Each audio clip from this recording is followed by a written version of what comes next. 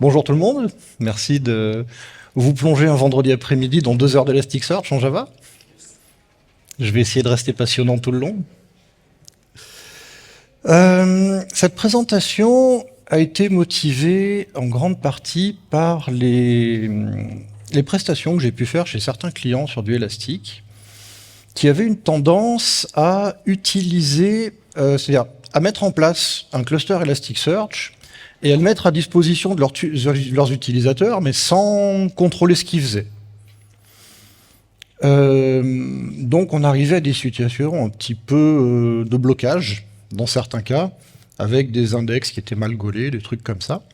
Donc l'idée que j'ai eue a été de mettre en place un niveau supplémentaire de personnalisation du cluster qui soit entre l'administration et les utilisateurs et qui permette aux utilisateurs de personnaliser sans avoir accès à trop de choses.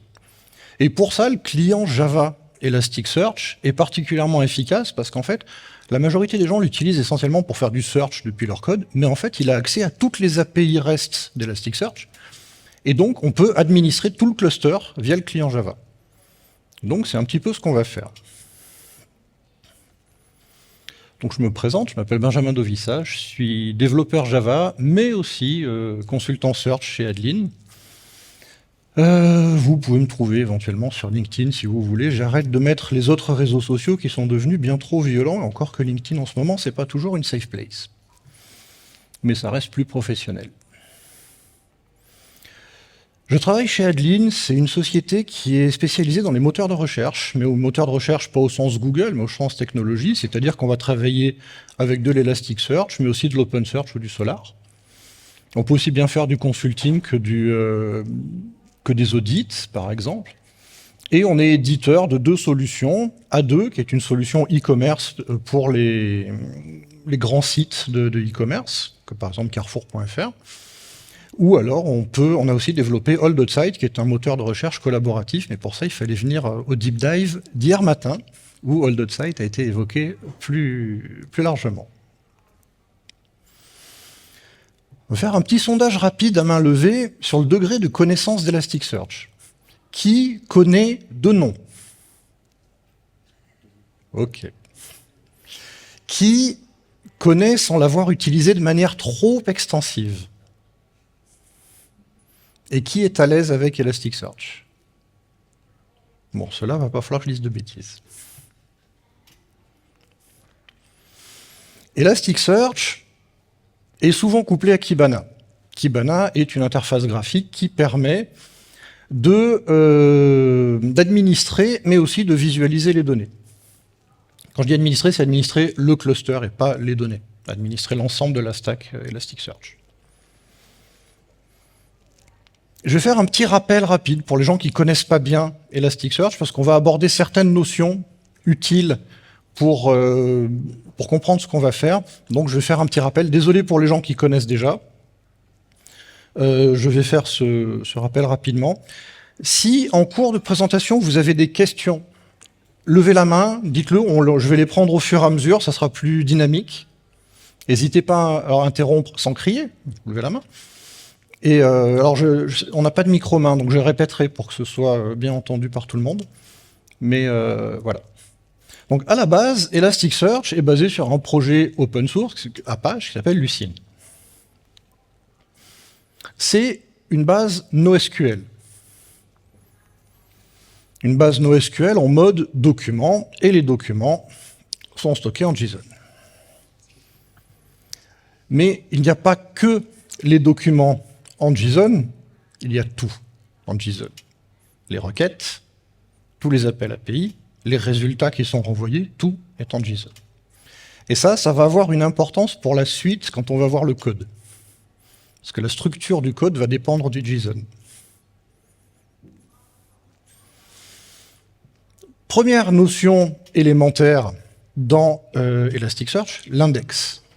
Quand vous lirez la documentation Elasticsearch, très souvent il parle d'index au singulier, de indices au pluriel, mais ça reste le même mot. Donc il ne faut pas avoir peur. Les données sont stockées dans des index. un index. On peut donc le voir s'il y a des gens qui ont l'habitude de travailler avec des bases SQL, c'est l'équivalent d'une table, mais avec beaucoup de différences.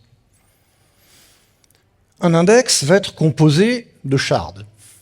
Il y a des shards primaires, mais il y a aussi des réplicas. C'est-à-dire que quand on va enregistrer un document, il va être enregistré plusieurs fois.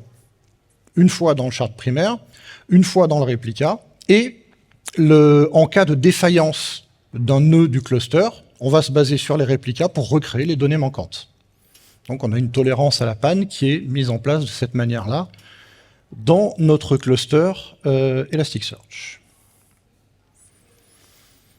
Dans nos shards, on a des segments.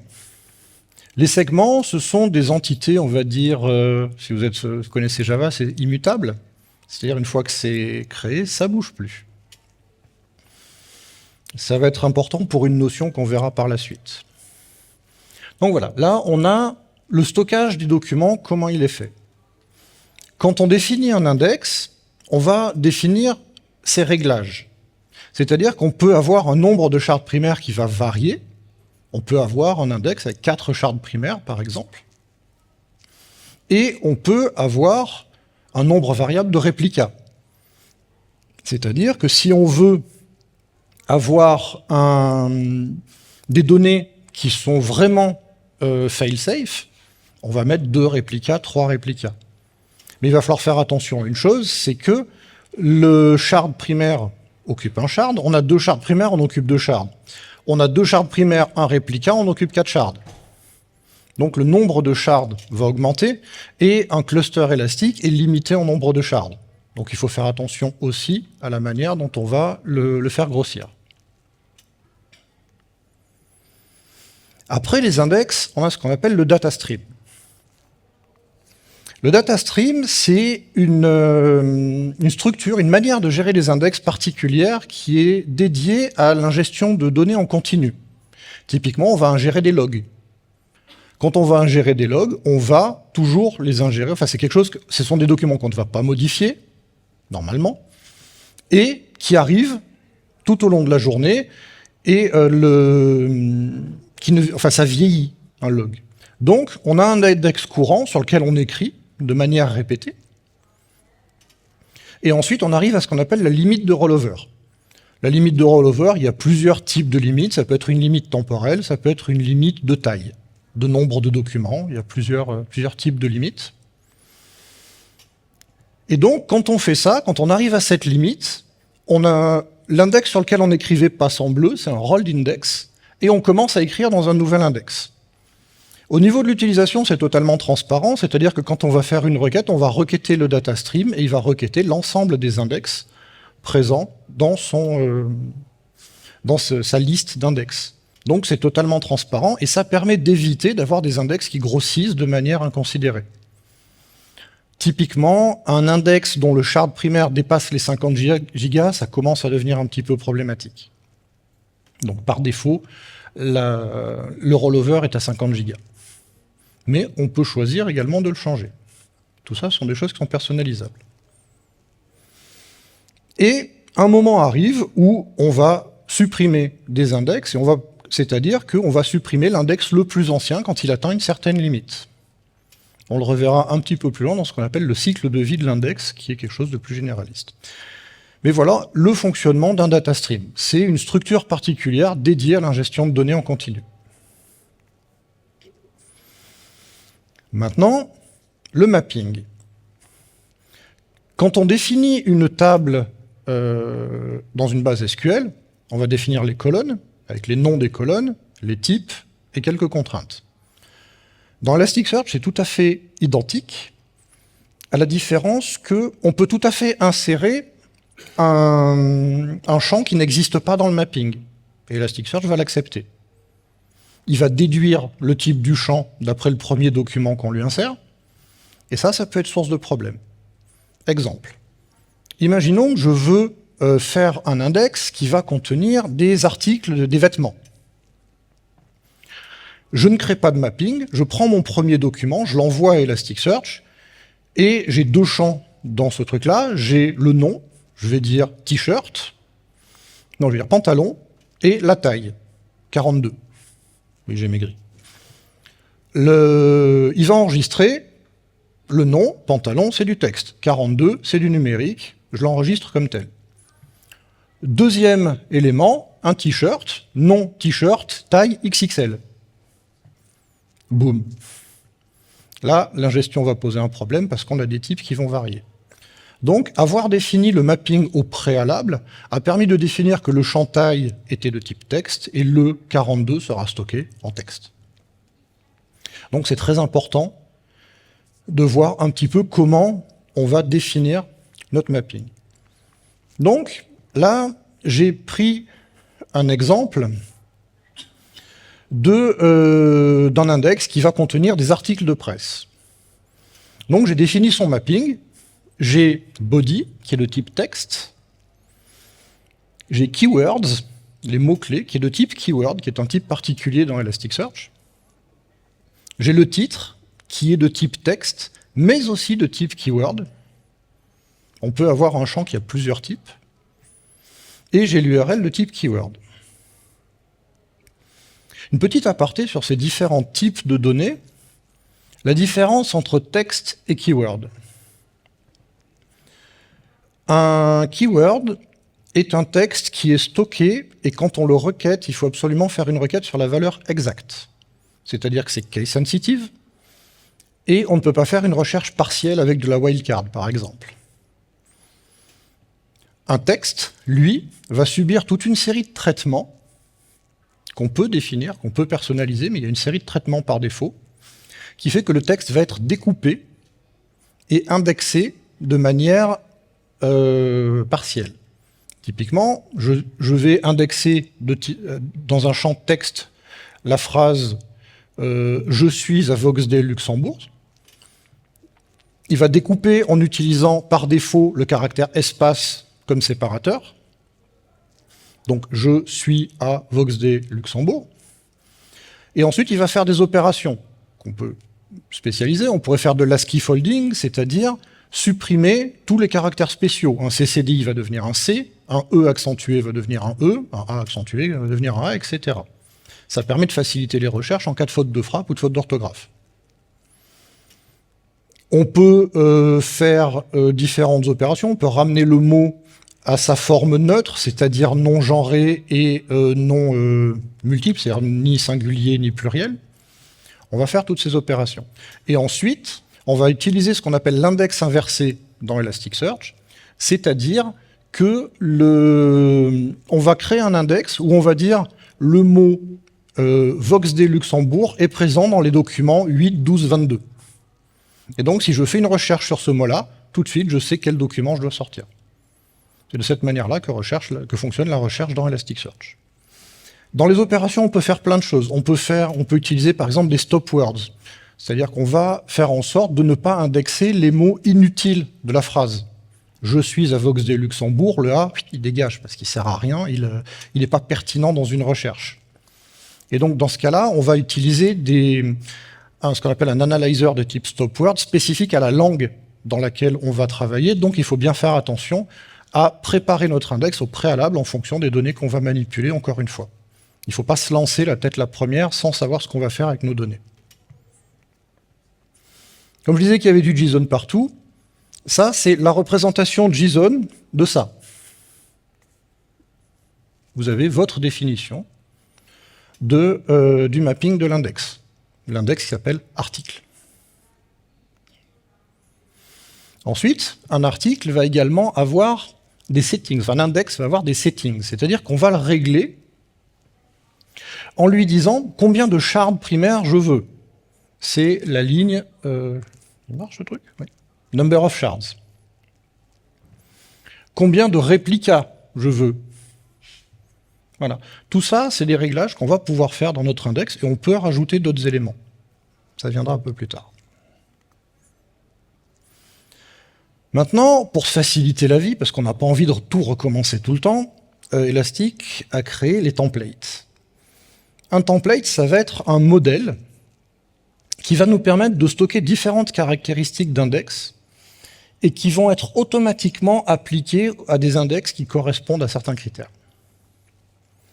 Un index template va contenir plusieurs choses. Il va contenir le pattern, c'est-à-dire qu'on va lui dire cet template va s'appliquer à tous les index qui s'appellent article étoile. Donc tout ce qui commence par article sera appliqué à ce pattern, à ce template-là, automatiquement. On n'aura pas à le spécifier, juste parce que le nom va rentrer dans la case. On a la priorité. La priorité, c'est si on a deux templates qui ont des patterns proches. Imaginons, j'ai logs étoile et j'ai un deuxième template qui va s'appeler logs firewall étoile. Quand j'ai un index qui est créé logs firewall, dans lequel je vais, parce qu'il correspond aussi au premier pattern.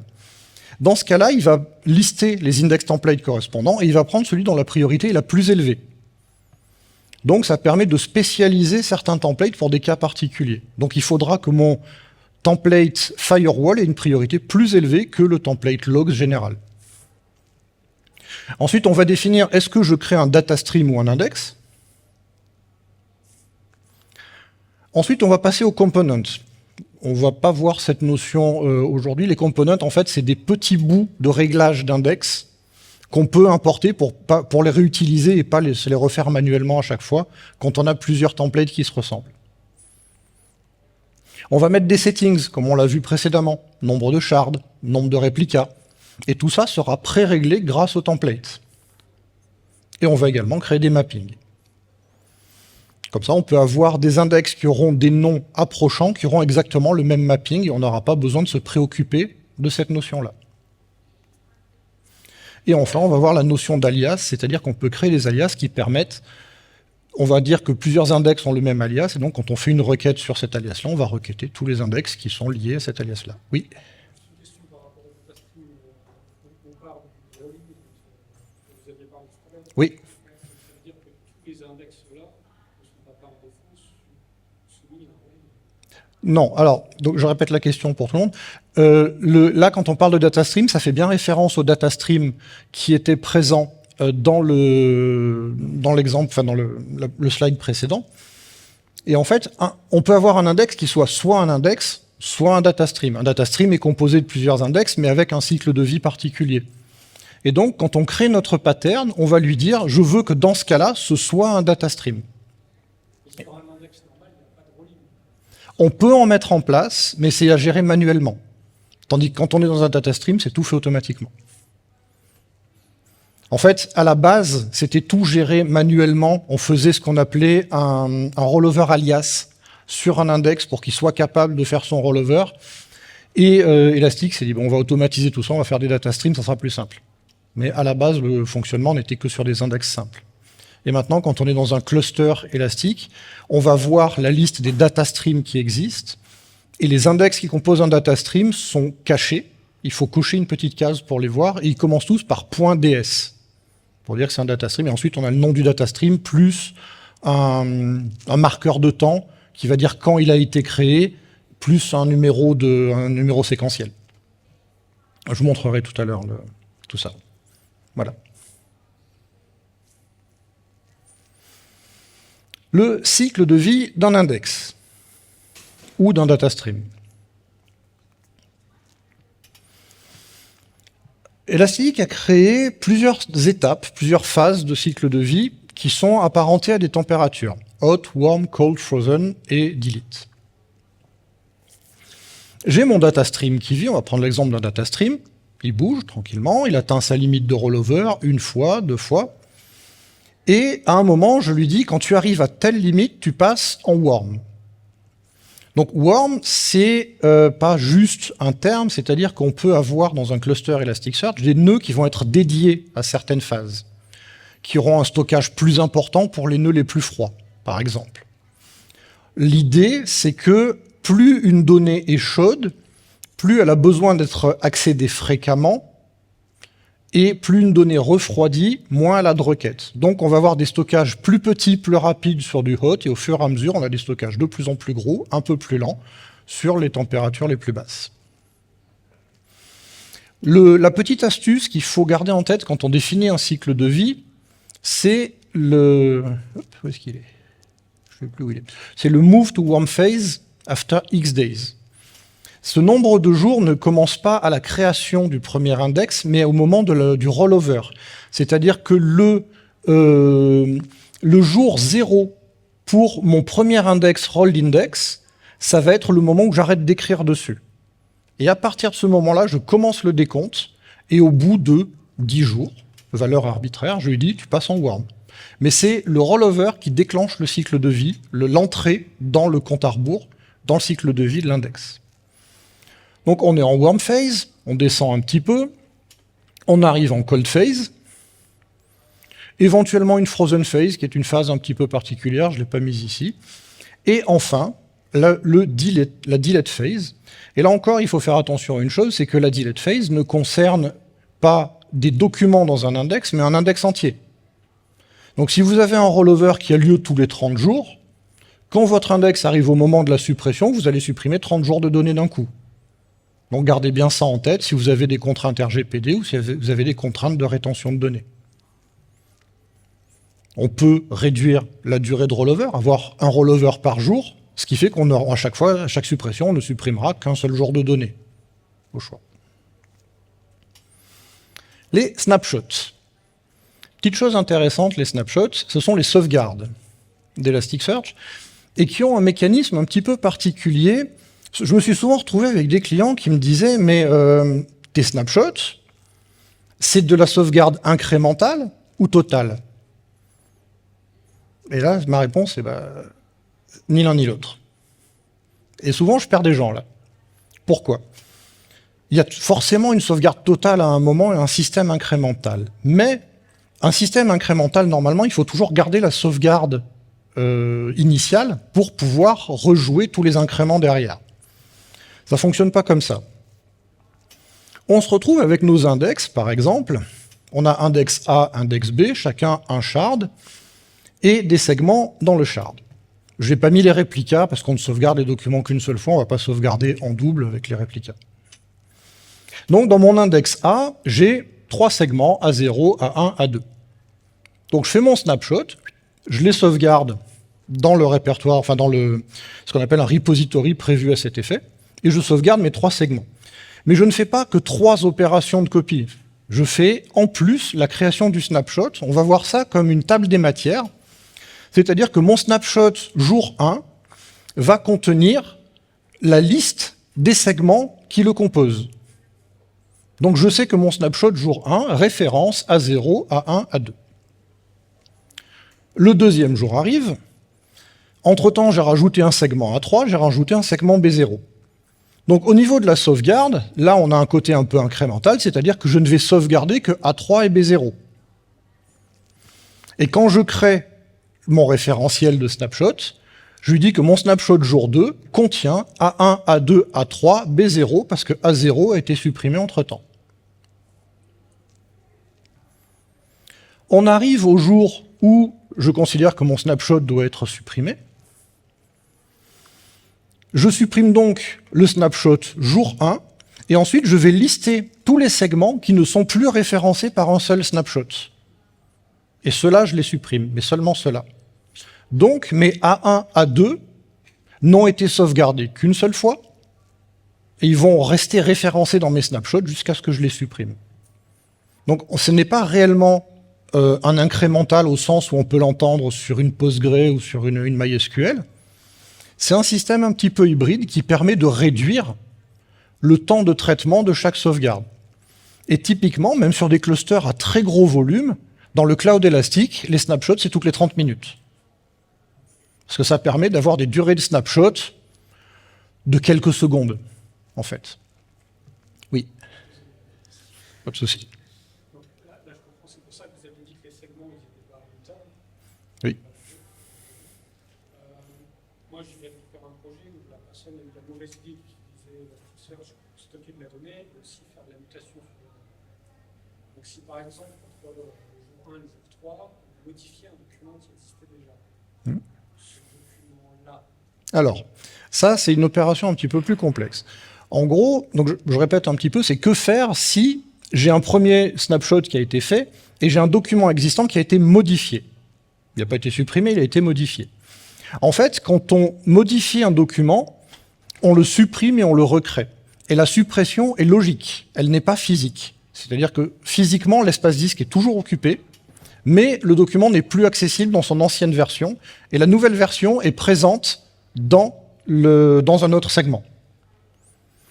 Et c'est pour ça que dans les cycles de vie, on le verra un petit peu plus tard quand on va regarder ces différents points, on peut faire une action qu'on appelle un force merge, c'est-à-dire qu'au moment où je vais faire passer mon index dans une phase suivante, je vais lui demander de merger mes index et là supprimer tous les documents qui n'ont plus lieu d'être. Et là, on va passer à une vraie suppression physique. Donc on va gagner de la place à ces moments-là.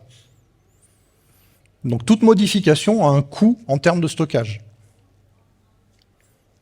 Et très souvent, les data streams ne sont pas adaptés à des modifications de documents. Parce que si on requête un data stream, il va nous donner, je dis dans le data stream, quel document correspond à mes critères, il va me répondre. Par contre, si je veux faire une mise à jour, je ne peux pas faire la mise à jour en donnant le nom du data stream, il faut que je donne le nom de l'index qui stocke ce document-là. Donc c'est quelque chose d'un peu plus complexe comme opération. On ne peut pas directement modifier sur un data stream. Qui merci à une collègue qui a fait tous les schémas. Et enfin, on a les DevTools. Les DevTools, c'est une zone dans Kibana qui permet de lancer toutes les requêtes, tous les appels API, pour faire un petit peu tout ce qu'on veut, le pire comme le meilleur. Donc on va aller faire un petit tour dans ce cluster, voir à quoi il ressemble. Non, c'est pas celui-là. Non, c'est celui-là. Ça fait que je change de truc. Voilà. Mais non, je ne l'ai même pas ouvert. 2 secondes.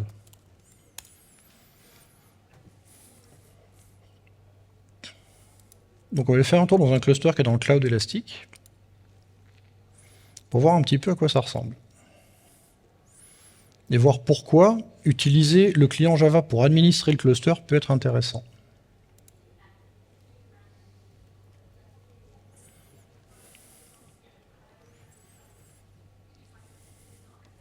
Ça charge trop vite, j'ai pas le temps de boire.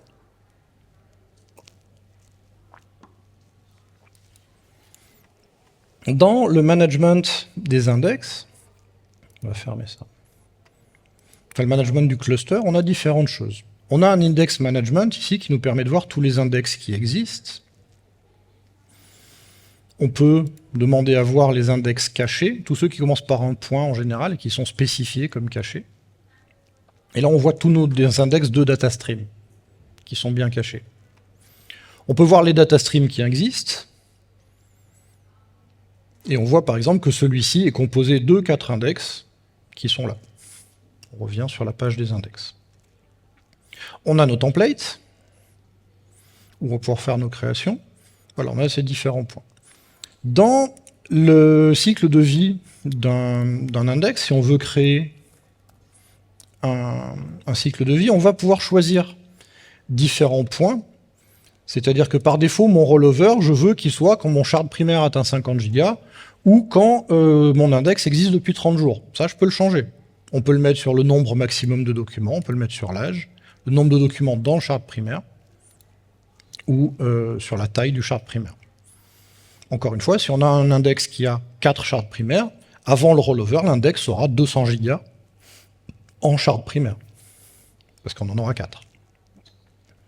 Et on peut faire quelques opérations. On a ce fameux force merge dont je parlais qui va permettre de libérer de la place. Le shrink qui va être capable à un moment de changer le nombre de shards primaires qu'on va avoir, histoire de réduire un petit peu l'étalement de l'index dans le cluster. On va pouvoir faire du downsampling, c'est une opération qui permet de supprimer, enfin de résumer des documents, histoire de gagner de la place. On peut résumer, si on a un document toutes les secondes, on se dit tu me fais un résumé à l'heure. Et donc on n'a plus qu'un document au lieu de 3600. Ça permet forcément de gagner de la place. Et la priorité pour la restauration en cas de retour. On peut définir une warm phase qui aura les mêmes settings. On peut changer le nombre de réplicas, changer le nombre de shards primaires, etc. Et ici, on lui dit au bout de combien de temps on passe dans cette phase. Et si j'active la petite corbeille, j'ai la delete phase qui apparaît ici. Et au bout de 365 jours, mes index vont disparaître. Voilà.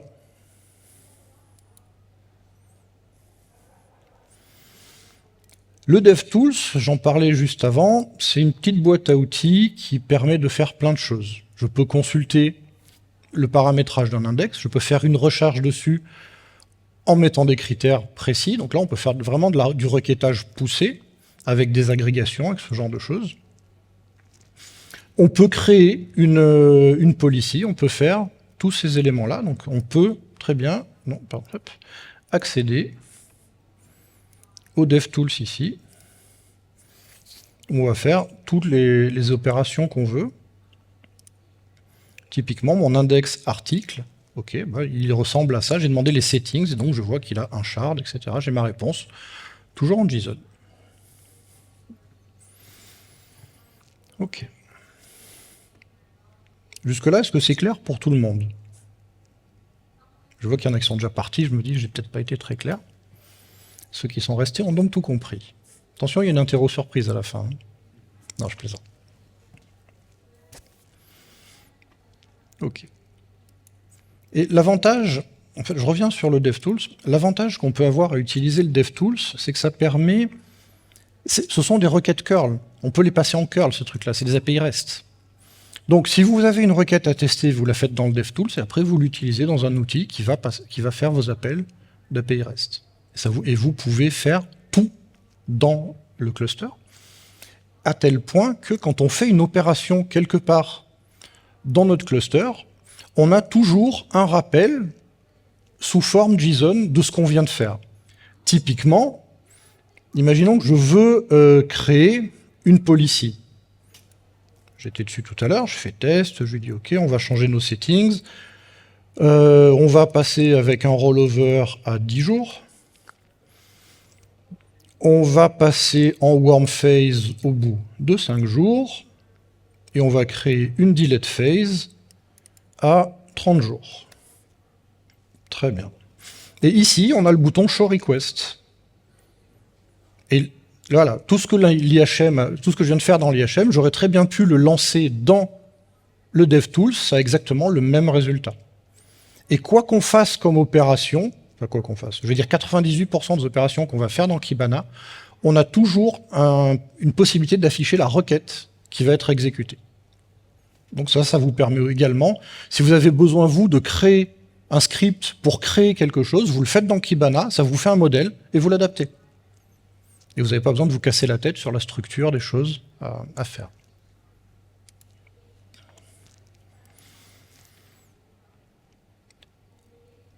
On l'a vu, le DevTools peut aussi faire de la requête. Typiquement, j'ai déjà indexé quelques articles de journaux. Et donc là, je peux par exemple faire une requête en lui disant « Je veux voir tous les articles, mais je veux voir que le champ publishing date et les trier par date ascendante et je veux voir les 50 premiers. » Donc si j'exécute ma requête, il me fait une réponse. La réponse a plusieurs parties.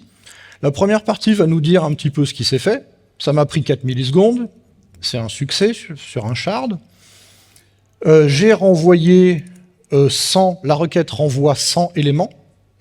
Et j'affiche les 50 premiers. Et dans ce cas-là, je n'affiche que le champ que j'ai demandé, publishing date.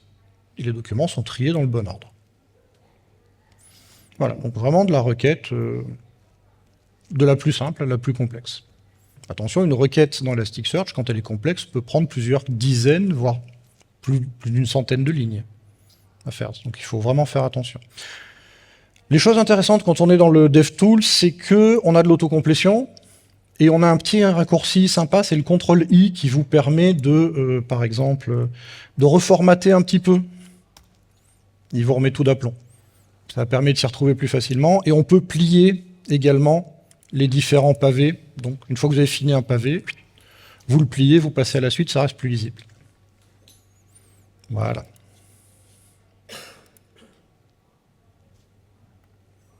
Bon, et maintenant qu'on a vu tout ça, on va étudier un cas pratique. Je peux citer le client, c'est pas confidentiel. J'ai travaillé pour La Poste. Et eux, ce qu'ils faisaient, c'est qu'ils mettaient à disposition un cluster élastique disant aux gens « Envoyez les logs de vos applis, dedans, on va vous faire du puits de log. » Mais le problème, c'est qu'il y avait, je sais pas, 40, 50 applis différentes, avec 50 formats de log différents. Et on avait surtout des clients qui changeaient de format de log en cours de route. Et donc, quand on se retrouvait avec un champ qui passait de numérique à texte et qu'on essayait de le requêter, on n'avait pas tout qui sortait. Donc, ils avaient un gros problème avec ça, c'est que les clients envoyaient les données, comme je le disais tout à l'heure, sans avoir réfléchi à la structure. Et donc, le mapping de l'index était défini, était deviné par Elastic d'après le premier document. Et derrière, ça devient compliqué d'évoluer quand ça change. Donc, l'idée, c'était de créer une sorte d'interface pour l'utilisateur qui soit à mi-chemin entre l'accès à l'écran d'administration et juste je pousse bêtement mes logs. L'écran d'administration, le problème, c'est qu'on va donner accès à des choses auxquelles on ne veut pas donner accès. Si on donne accès à tous les éléments de réglage. Typiquement, si je donne accès aux index templates dans Kibana, je ne peux pas dire je veux qu'il puisse choisir le nombre de shards primaires mais pas le nombre de réplicas. Là, je suis coincé. Donc, l'idée que j'ai eue sur ce truc-là, c'est OK, on va faire une interface où il y a une partie des paramétrages qui sont décidés par les administrateurs, une partie qui est décidée par les utilisateurs, et on va agréger tout ça pour faire quelque chose vraiment sur mesure pour les utilisateurs. Et grâce au client Java, je peux faire tout ça, et on peut limiter les risques de cette manière-là en donnant juste accès aux éléments auxquels on veut donner accès. Donc ça demande un petit peu de boulot de développement côté Java, faire un front pour proposer au client quelque chose, mais derrière, ça va vous permettre de démarrer tranquillement votre exploitation sans avoir trop de mauvaises surprises, puisqu'au final, les clients sont responsables de ce qu'ils font. Quand on les responsabilise, ils font tout de suite moins de bêtises. Tandis que si on leur dit juste « vas-y, pousse », il y a tout et n'importe quoi qui arrive. Donc le client Java est basé sur les API REST d'Elasticsearch.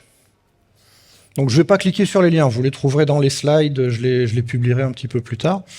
Voilà, vous avez tous ces éléments, vous avez trois choses importantes. Vous avez toute la documentation du client lui-même sur son utilisation. Vous avez le repo GitHub, c'est de l'open source complet, le client Java, donc vous pouvez aller voir ce qu'il fait. Moi, pour préparer le talk, j'ai forqué le repo et j'ai plongé dans le code pour voir comment il fonctionnait. Et vous avez la doc de l'API qui, elle, va être en miroir avec les possibilités de ce que fait le client.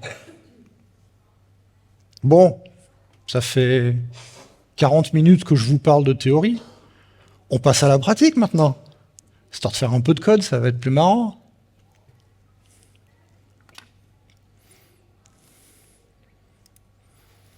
OK. Donc, les technologies qui sont utilisées sur ce truc-là pour les personnes curieuses, pour le back-end, j'ai utilisé Spring Boot, histoire d'être très original. Et pour le front-end, il y a moins de gens qui connaissent peut-être, j'ai utilisé Vaadin.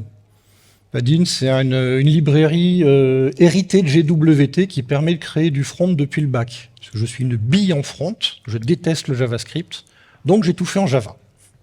Et moi, ça me facilite la vie. Voilà. OK. Donc, le POM, rapidement, les dépendances dont on a besoin pour fonctionner. Est-ce que c'est lisible? Avant que je continue, est-ce que c'est assez gros pour tout le monde ou est-ce qu'il faut que je grossisse la police? Je peux essayer de faire un... Non, sur Alt-P, je sais plus. Le mode présentation... Ah, c'est comme ça. Voilà, ça sera peut-être mieux comme ça. Donc, en gros, on utilise du Java 21, un Spring Boot 3.4. Les dépendances dont on a besoin, à part les dépendances spécifiques Vaadin, on a du framework Spring Boot classique. On va avoir le client élastique. Alors, les versions du client Java suivent les versions de cluster. Donc, dans la bonne pratique, c'est toujours bien, quand on a une montée de version de cluster, on fait monter de version de client, histoire de toujours être au même niveau. Après, comme c'est des appels d'API REST, ça va fonctionner, même si vous êtes en 8.18.2, vous avez le client 8.18.1, ça va pas tout exploser. Par contre, il y a certaines fonctionnalités, si elles sont nouvelles, vous les aurez pas. Donc, il vaut mieux monter en même temps que les versions du client. On utilise Jackson pour toute la partie conversion de JSON vers les objets, avec une petite dépendance particulière si vous manipulez les dates. la JSR 310. Attention, elle est assez pénible, celle-là. Et puis bon, après j'ai mis un petit peu de Lombok parce que j'ai pas envie de taper les getters et les setters. La première chose à faire quand on commence à faire ça, ça va être de définir la connexion à votre cluster. Donc pour des raisons de sécurité évidentes, j'ai pas mis les identifiants de connexion dans le repo. Ils sont dans le petit fichier .env qui est là, qui est dans le gitignore également. Tout ce que vous avez à mettre dedans, ça va être l'URL de votre cluster et une clé d'API qui aura été générée côté Kibana, qui va vous donner accès à l'administration du cluster. Et à partir du moment où vous avez votre .env qui est à la racine du projet, il tourne. Donc, si on regarde un petit peu les éléments en place, j'ai juste des services, des vues, donc la partie front-end, la partie data qui va représenter les différents types d'objets que je vais manipuler, et quelques éléments de configuration. Au niveau du service, j'ai défini une classe abstraite qui est le Elasticsearch, c'est celui qui me permet de définir mes clients. Tous mes services vont hériter de cette classe-là. Parce que suivant ce que vous allez faire, on ne va pas utiliser le même client. Les clients ont été spécialisés par Elastic. C'est-à-dire que si je veux travailler sur du fonctionnement standard, je vais utiliser un Elasticsearch Client. Par contre, si je veux travailler sur les ILM, le Lifecycle Management, les changements de phase de hot à warm, je vais utiliser un Elasticsearch ILM Client. Lui, il est dédié à cette partie-là de fonctionnement du cluster. Le SLM, c'est pour toute la gestion des snapshots. Le SLM Async va s'occuper des snapshots, mais en fonctionnant en asynchrone. C'est-à-dire que vous allez travailler avec des completables futurs de manière à laisser votre cluster travailler, parce que ce sont des tâches qui peuvent prendre du temps. C'est-à-dire que si j'ai 4 Tera de sauvegarder, à sauvegarder, et que c'est la première fois que je fais mon snapshot, le snapshot va prendre du temps. Vous faites un appel avec votre API, au bout d'une minute, vous allez tomber en timeout. Et vous n'allez pas savoir où vous en êtes sur votre tâche. Donc vous pouvez lancer vos tâches en asynchrone. Ça sera pareil avec certaines recherches. Vous avez la possibilité de faire de l'asynchrone. Le client est très souvent décliné en client simple, client asynchrone. Et ensuite, on a le client spécifique pour la gestion du cluster lui-même. Donc une fois qu'on a démarré tout ça, on se retrouve avec une belle interface graphique. Merci Vaadine. Le look est peut-être un peu minimaliste, mais ouais, ça me va tout à fait. Typiquement, je pourrais très bien avoir un écran ici où je vais donner les accès seulement aux administrateurs en lui disant « Ok, j'interdis, par exemple, que quelqu'un définisse un index avec 8 shards ou plus. Donc je prendrai la main au moment où la personne va créer son index pour faire en sorte que le nombre de shards ne dépasse pas cette limite. » Ça, c'est quelque chose qu'on ne pourra pas faire de manière traditionnelle avec les API élastiques. Je pourrais très bien dire, quand je fais une rétention de données, je n'autorise pas les ILM qui vont au-delà de 365 jours. Parce que sinon, je vais exploser mon stockage. Voilà, je prends vraiment la main sur ce que va faire mon client. Je peux aussi dire, je veux que tous les index qui sont créés par mes clients commencent par Benjamin Tiret. Parce que je suis un peu narcissique. Et de cette manière-là, je verrai mes index plus facilement. Maintenant, je peux faire une petite interface qui me permet de voir quels sont les index que j'ai dans mon cluster et juste récupérer les informations intéressantes pour moi. Ok, je veux voir quels sont les index. Là où je pourrais même filtrer la liste des index affichés, pas montrer tous les index, juste ceux qui m'intéressent. Je vois combien j'ai de documents dans chaque index, combien j'ai de documents supprimés, ceux dont on parlait tout à l'heure, ceux qui ont été supprimés mais qui n'ont pas encore été mergés. Donc ça permet d'avoir une idée de la place occupée. Et attention, ça peut aller très vite. J'ai déjà vu des clients où il y avait un index avec 20 000 documents, dont 50 000 supprimés. C'est très vite, là, vous avez votre index, vous avez plus de données mortes qu'autre chose. Donc là, il faut vraiment penser à faire un force merge pour libérer de la place. Le nombre de shards et le nombre de queries qui ont été exécutées sur cet index. Voilà, j'ai juste récupéré des données très simples. Et si on regarde un petit peu côté code, à quoi ça ressemble, ça va être dans le dans le service de cluster. Où est-ce qu'il est celui-là? Il est là. Donc, alors, si vous récupérez c'est dans Index Management, pardon. Si vous récupérez le repository, j'ai laissé plein de méthodes que j'ai pas utilisées dans la démo, juste pour montrer comment on peut les utiliser. Dans la démo, je ne vais pas vous montrer, par exemple, comment créer un snapshot. Par contre, le code est dans le repo. Donc, vous verrez comment faire pour créer un repo avec le client. Donc, si on regarde un petit peu nos différentes méthodes, je peux récupérer les stats d'index. Donc les stats d'index, qu'est-ce que c'est? Je prends le nom de l'index. On peut avoir un caractère générique, c'est-à-dire que je peux mettre logs étoiles, il va me récupérer les stats de tous les index qui commencent par logs. Ça fonctionne tout à fait, ce genre de choses. Et donc là, je construis ma requête. Donc comment fonctionne le client Java? J'ai toujours une requête, une réponse en termes d'objet. On va le voir dans le code, la requête peut être instanciée de différentes manières. On peut utiliser un builder, ou on peut utiliser des lambdas. Il y a les deux un petit peu dans le code, de manière à ce qu'on voit comment fonctionnent les deux. Le lambda va nous permettre de faire ça, c'est-à-dire que je lui dis, OK, j'ai mon index, et dedans, je lui rajoute l'index name, et j'interdis de voir les index fermés, c'est-à-dire ceux sur lesquels je ne peux plus faire de requête ou je ne peux plus indexer. Mais ça, par exemple, c'est quelque chose qui est fait de mon côté. Le client n'en a pas, enfin l'utilisateur n'en a pas conscience. Moi, je choisis de lui montrer ces trucs-là. On peut également, vu qu'on donne la main aux utilisateurs sur les noms d'index, Elasticsearch interdit d'avoir des index avec des majuscules. Donc là, on va lui éviter des messages d'erreur, on passe automatiquement le nom de l'index en lowercase.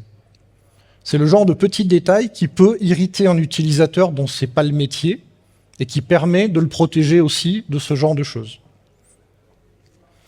Et donc, derrière, je récupère une réponse.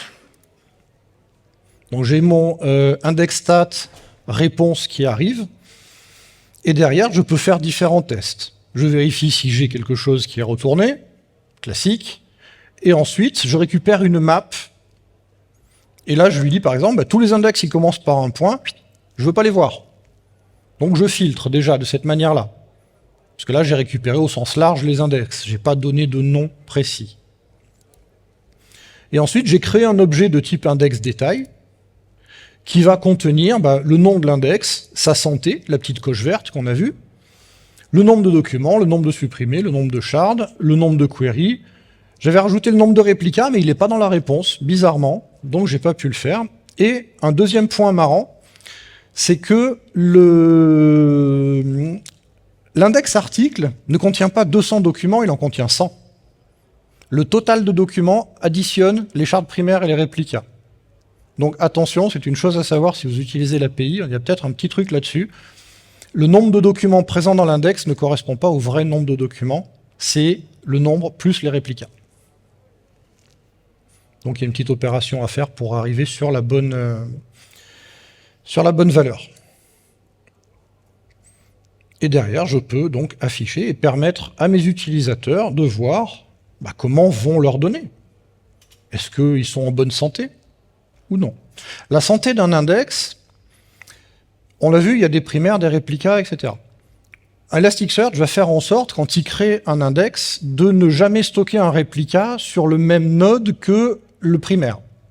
Parce que si je perds le node, j'ai tout perdu. Mes réplicas ne servent plus à rien. S'il n'y arrive pas, la santé de l'index sera en yellow, en jaune. Parce que il va dire, j'ai un problème, j'ai mes réplicas qui sont au même endroit que les primaires. Souvent, les gens ont des problèmes avec ça quand ils font leur premier test avec Elasticsearch, ils montrent un cluster où il n'y a qu'un seul nœud. Et je comprends pas, mon cluster, il est jaune. Oui, parce qu'il faut lui dire que c'est un seul nœud, et il faut dire qu'il n'y a pas de réplica dans vos index. Et au moins, vous serez tranquille. Il faut penser à ça. Et c'est une santé en cascade. C'est-à-dire que si on a un index qui est jaune, le nœud est jaune. Et si le nœud est jaune, le cluster est jaune. Donc on peut avoir tout le cluster, même s'il y a 50 nœuds, si on a un qui est pas bien, tout le cluster sera marqué comme pas bien. Et il y a l'étape rouge, où là, c'est que vraiment, il n'arrive pas à reconstruire, il y a des soucis pour lui. Maintenant, on va aller un petit peu plus loin. Je veux permettre à mes utilisateurs de créer un index. Donc j'ai fait ce petit écran, et là il a le choix. Tu veux créer un index ou tu veux créer un template d'index? Au choix. On va choisir le nom, on va l'appeler Luxembourg avec une majuscule. On va choisir si on veut qu'il ait un cycle de vie précis. De cette manière-là, on ne va pas laisser créer 14 ILM, 14 politiques de cycle de vie d'index à nos utilisateurs. On pourrait. Il y a le code, vous le trouverez dans le repository, il y a le code qui permet de créer des ILM. J'ai juste pas implémenté l'écran, je me suis dit que ça faisait peut-être un peu trop. Mais on peut choisir. Fait OK, toi, tu auras une conservation de données de 30 jours. On peut le voir ici, le custom 30 days. Si on vient dans le stack management, il est là. Donc on voit qu'il a une phase hot pendant 10 jours, une warm phase, enfin pardon, là, les 10 jours c'est le rollover, la warm phase au bout de 5 jours après le rollover on passe en warm phase, ensuite au bout de 10 jours on passe en cold et on delete au bout de 90 jours. Donc il est là, il est tout prêt, il a été créé spécialement pour ce truc-là. Et là encore une fois, si on regarde le code, sur la vue de création d'index. C'est index creation, elle est là. Si on regarde la combo qui contient la liste des choix d'ILM, alors où est-ce qu'elle est, ILM choice, elle est là. Le chargement est filtré, c'est-à-dire je ne lui affiche que les ILM qui m'intéresse. Ça doit être par là. Voilà, le set items. Je fais un get ILM ici et je lui demande de me prendre toutes les lifecycles qui commencent par custom. Tout bêtement. Et à quoi ressemble ma requête? Je crée un lifecycle. Bon, là, j'ai tout condensé parce que là, je récupère en total, j'ai pas de request. Donc j'appelle l'ILM client, donc le client dédié au cycle de vie.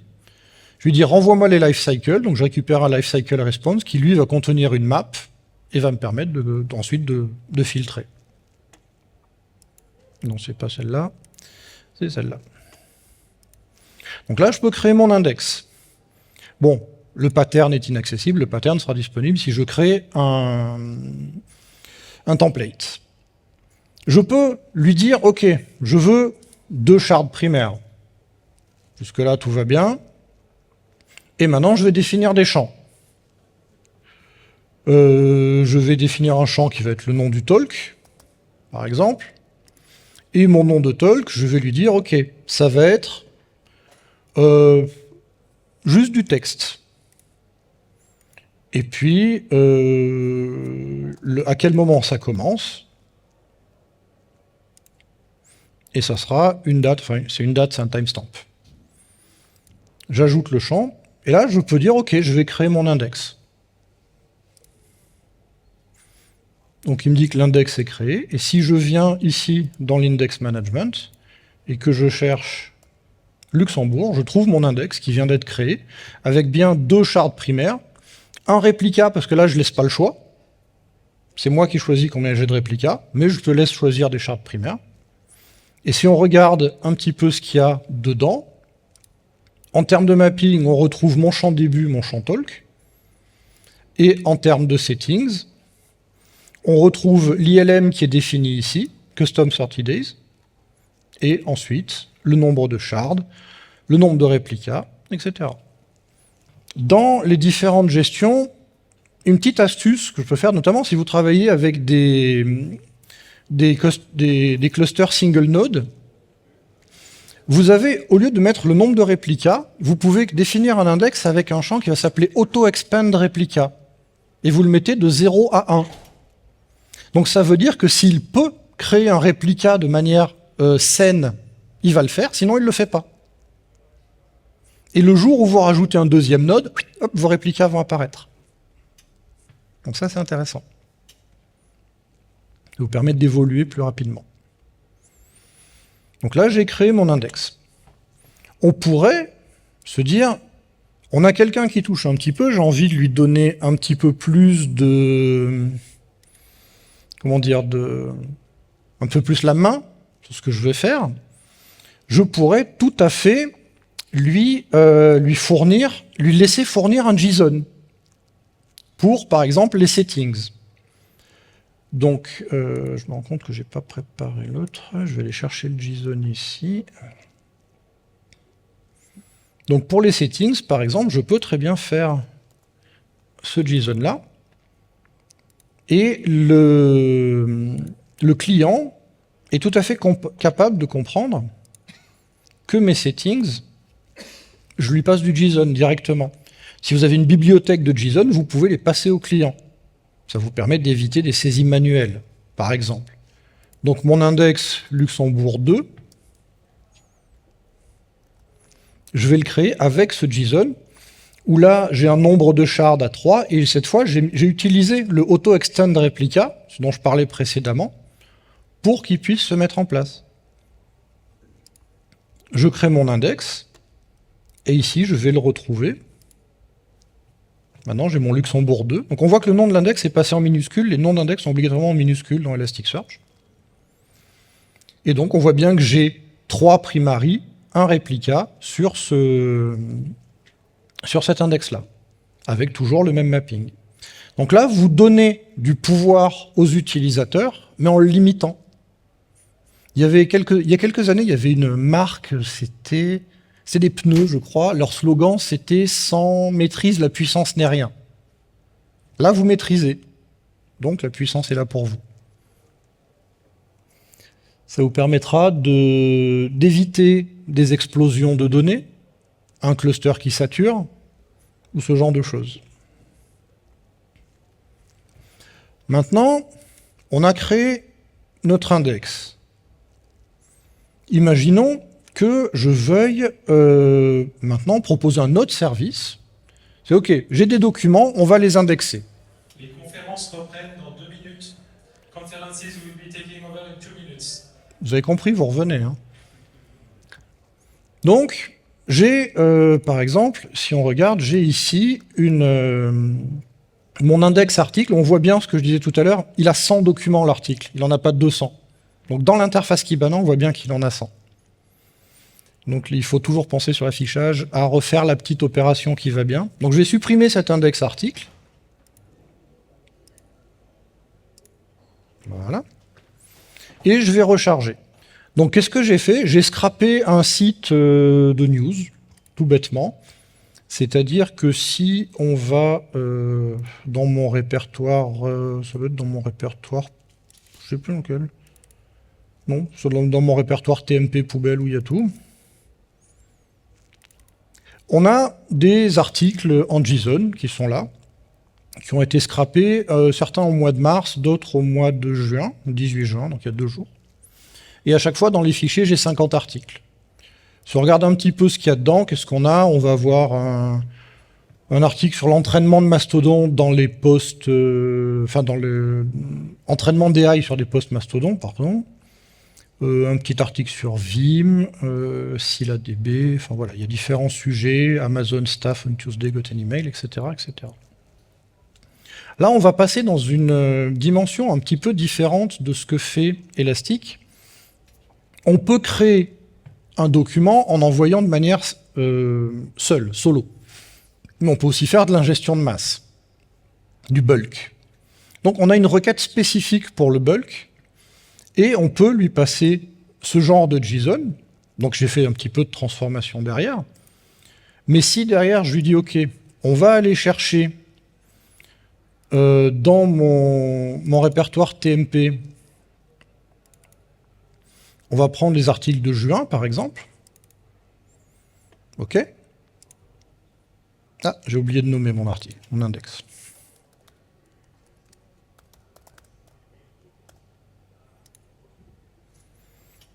OK. Donc il a ingéré 50 documents en quelques millisecondes. 201 millisecondes exactement. Là, vous avez fait une ingestion de données. Attention, le bulk dans Elastic est... on peut pas mettre 4 millions de documents dans un bulk. Donc il faut bien penser, si on a un certain nombre de documents, à jouer sur la taille du bulk pour le déclencher à intervalles réguliers, de manière à ne pas saturer. Sinon, vous allez envoyer un bulk énorme et il va être rejeté par Elasticsearch, qui a une taille maximum de requête qui est à 10 mégas, je crois, de tête, à vérifier. Vérifiez bien, ne prenez pas ça pour argent comptant. Et donc, vous avez vos données qui sont présentes. Donc maintenant, si on revient dans notre index management,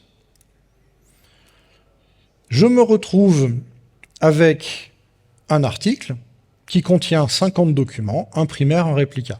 Alors là, dans la procédure de chargement de l'article, j'ai forcé le mapping. C'est-à-dire, si on va regarder le code un petit peu de ce chargement d'articles, ça va être côté data loading, ici.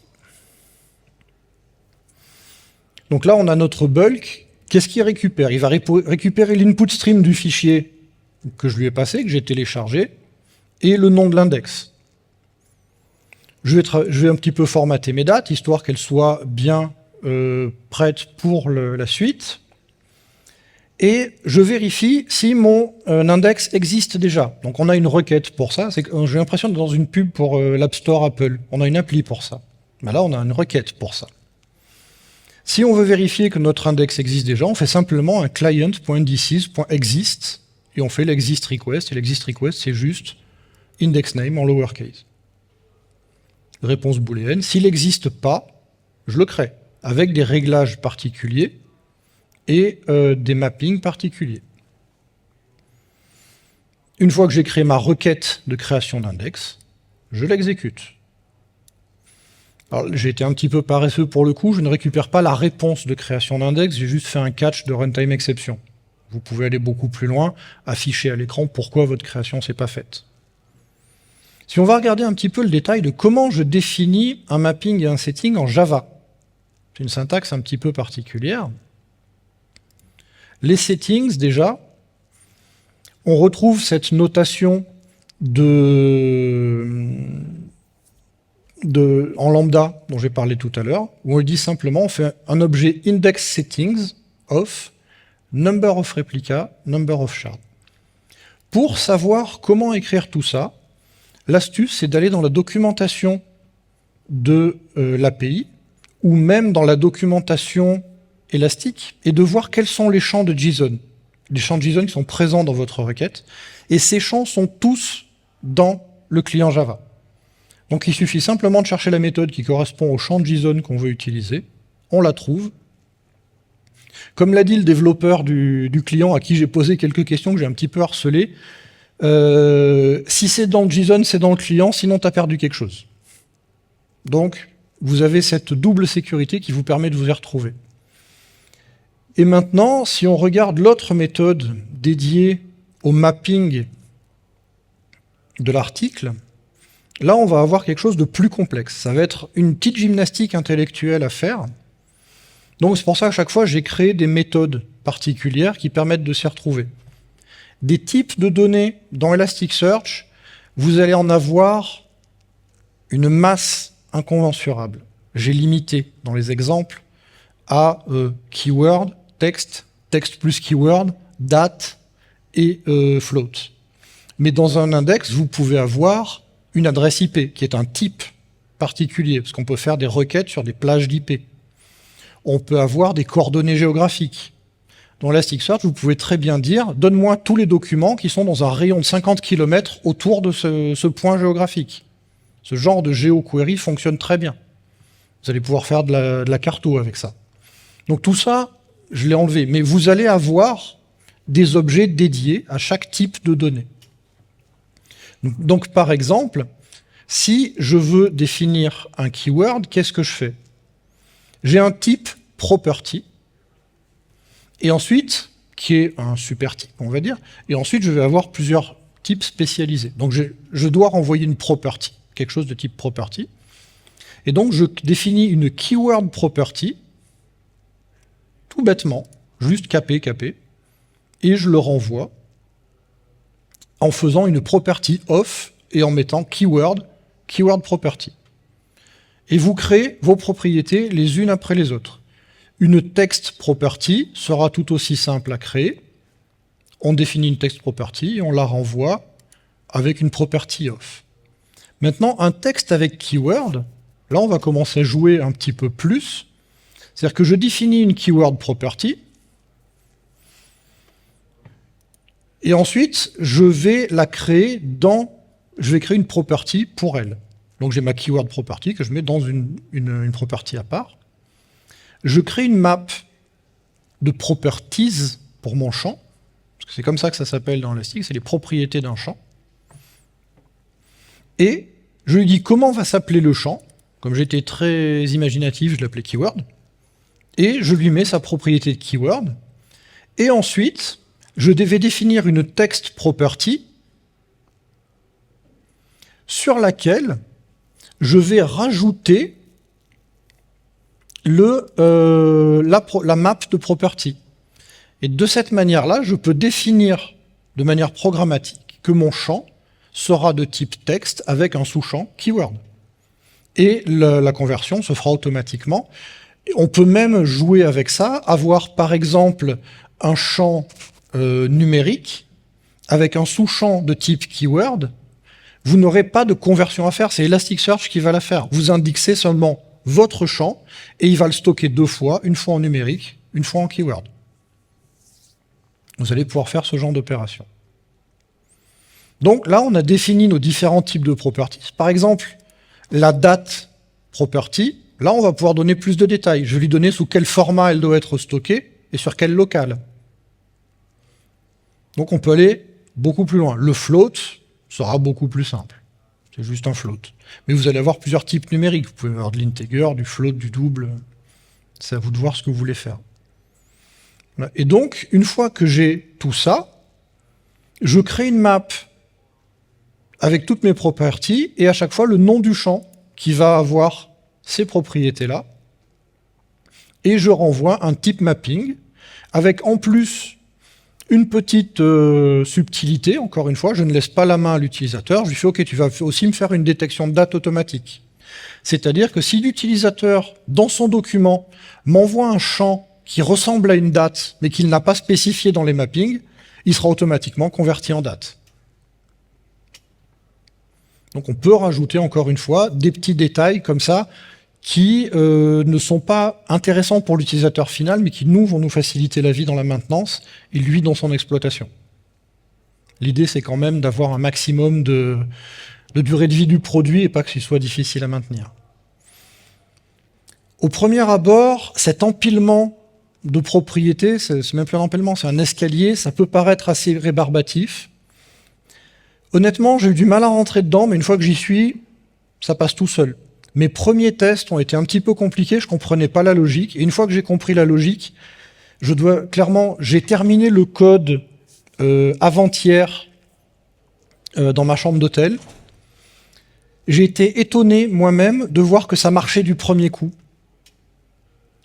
Pourtant, chez les développeurs, c'est pas tout le temps que ça marche du premier coup. Et là, une fois qu'on a chopé la logique, pouf, ça se déroule tout seul, j'ai gagné du temps. Donc c'est le truc, faut rentrer dedans. Faut le moment où on s'habitue à tout ça, et une fois qu'on est dedans, ça va tout seul. Donc oui, il y a une petite marche dans la courbe de progression qu'il faut faire. Une fois qu'on y est, ça passe crème, par les jeunes. Donc, j'ai chargé mes données. Comme je suis joueur, je vais revenir dans mon index, et je vais lui dire de charger le deuxième document, celui qui datait du mois de mars. Il a ingéré ces 50 documents, ça a été relativement rapide, la connexion a été meilleure que tout à l'heure. Et donc maintenant, si on revient sur Index Management, on regarde l'article, on voit bien qu'on a les 100 documents qui sont arrivés, donc j'ai bien récupéré tous mes documents. Super. Donc, typiquement, imaginons que, je sais pas, je suis journaliste et je demande je tiens un journal, je demande à mes journalistes de stocker leurs articles là-dedans. Mais également de faire des recherches, parce que quand même, un moteur de recherche sur lequel on ne fait pas de recherche, ça serait dommage. Donc on va quand même faire quelques recherches, et on va voir comment construire une recherche. Là, encore une fois, on va pouvoir exploiter les différentes possibilités de requêtage qui sont offertes par Elasticsearch. Et là, je limite mon utilisateur, je dis « Ok, tu vas faire une recherche que sur certains champs, pas sur tous, et je vais te cadrer un petit peu. » Typiquement, est-ce que quelqu'un se souvient d'un des mots qui était dans un article qu'on a vu tout à l'heure? Ou alors est-ce que je vais en rouvrir un? Pardon? Vim. On va chercher Vim. Si je me rappelle comment ça s'écrit. Ça, c'était pas gagné. Donc là, par défaut, je lui dis, on va chercher seulement dans le titre de l'article. Et je veux chercher les dates de publication sur le mois de juin. Ok. Je fais une petite recherche. Il l'a trouvé. Super. Maintenant, imaginons, là on va y aller sans filet, on va chercher maintenant si ce terme est présent à la fois dans un titre et dans un corps de texte. C'est un type de requête un petit peu particulier dans Elasticsearch qu'on appelle le multimatch. C'est-à-dire qu'on va lui dire de chercher la même chose dans plusieurs champs. Et le multimatch a une petite particularité plutôt sympa, c'est que on peut lui dire de booster certains champs. C'est-à-dire, si je lui dis de chercher à la fois dans le titre et dans le corps, j'avais développé l'IHM pour une résolution un peu plus grande, donc désolé, c'est pas super ergonomique. C'est-à-dire, je peux lui dire que le titre va être 15 fois plus important que le corps de l'article. Parce que derrière, quand il va faire sa recherche, Elasticsearch, c'est ce qu'il va faire, il va calculer un score pour chaque document. En schématisant grossièrement, si j'ai un document où je trouve le mot Vim 3 fois, son score sera plus élevé que dans un document où je l'ai trouvé une fois. Maintenant, si je dis que le titre a un boost de facteur 15, ben ça veut dire que le titre, si je trouve le mot, c'est comme si je l'avais trouvé 15 fois. Donc, ces éléments-là vont sortir plus haut. Bon, là, j'avais qu'un seul... il faut un mot plus générique pour travailler ça. Qu'est-ce qu'on va trouver? Bulk. Bug? Tu veux me porter bonheur? Allez, on va chercher bug.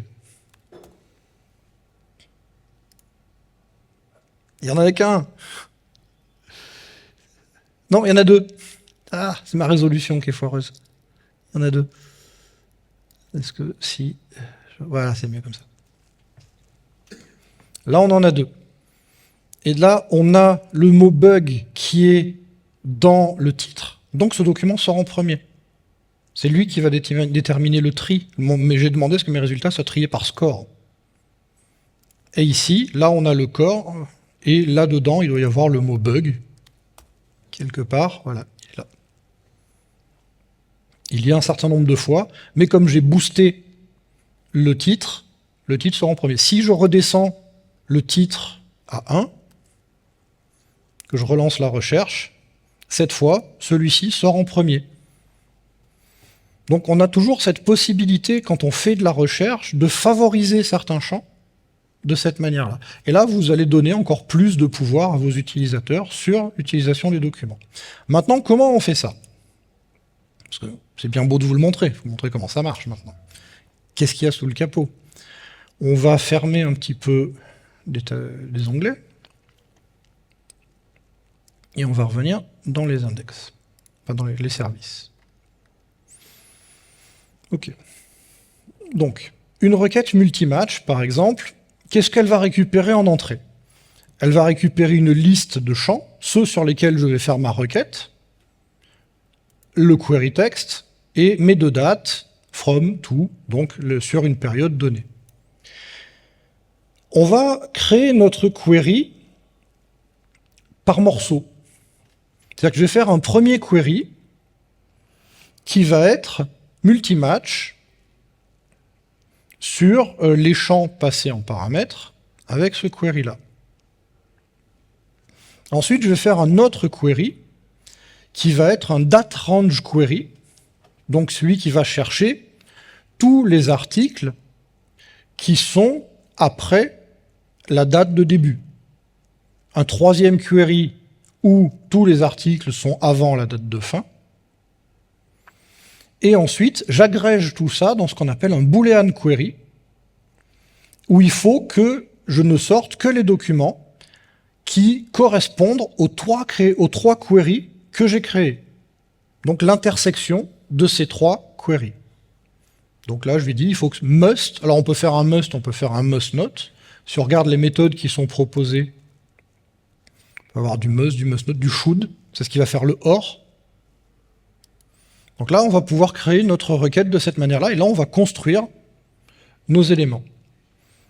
Et derrière, la réponse, c'est comme j'ai défini un champ, enfin un objet article, je lui ai donné les JSON properties, title, URL, body, publishing date. Très important, dès que vous avez une date, pensez à rajouter le JSON format. Sinon, ça va lamentablement planter vos requêtes. Je peux vous l'annoncer tout de suite. Donc, toujours rajouter le JSON format, c'est le point un petit peu pénible sur l'utilisation de ce truc-là. Toujours penser à ça. Et automatiquement, comme j'ai utilisé ce truc-là, eh ben, je vais renvoyer une search réponse d'article. Maintenant, on a vu qu'il y avait le boost. Donc, on l'a ici. Et le boost, comment ça se passe? Eh ben, c'est que simplement, dans ma liste, je rajoute le petit accent circonflexe, on va dire. Et derrière, je mets la valeur de boost sur le nom du champ. Et tout de suite, dans la requête, c'est utilisé. Et ça renvoie, donc je rappelle derrière l'autre méthode, pour pouvoir faire ma requête de boost de cette manière-là. Voilà.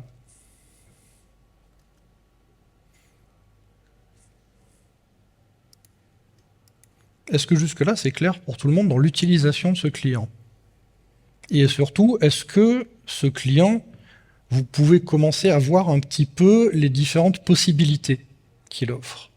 Mon but, c'était ça, c'est de vous montrer ces possibilités-là sur le client. Clair pour tout le monde? Super.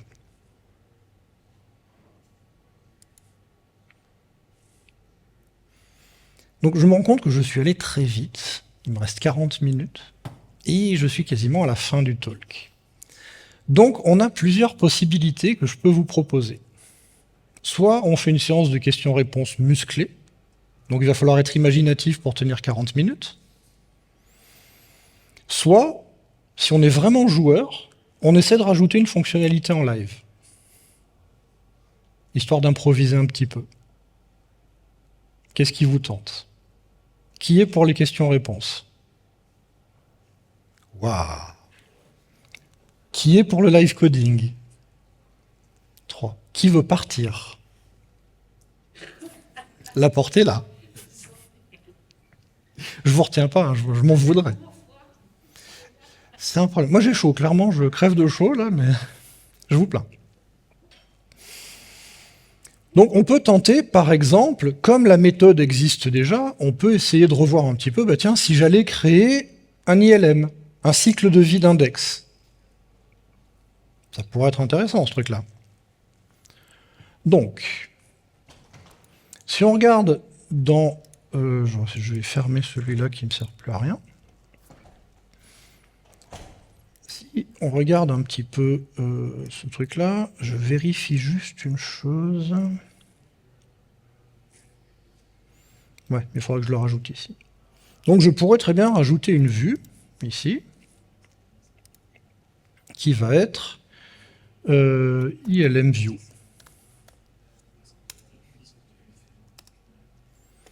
Donc je vais tricher, oui, j'aurais dû être un peu plus propre. On va faire un package.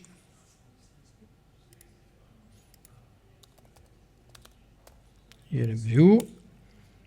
Et l'ElemView là, on va la refactor et la bouger. ElemView. On va essayer de bosser proprement quand même.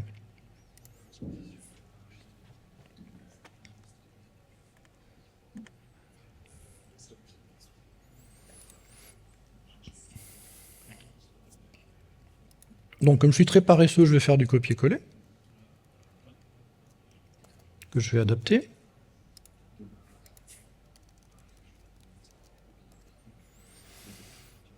Donc j'en ai combien des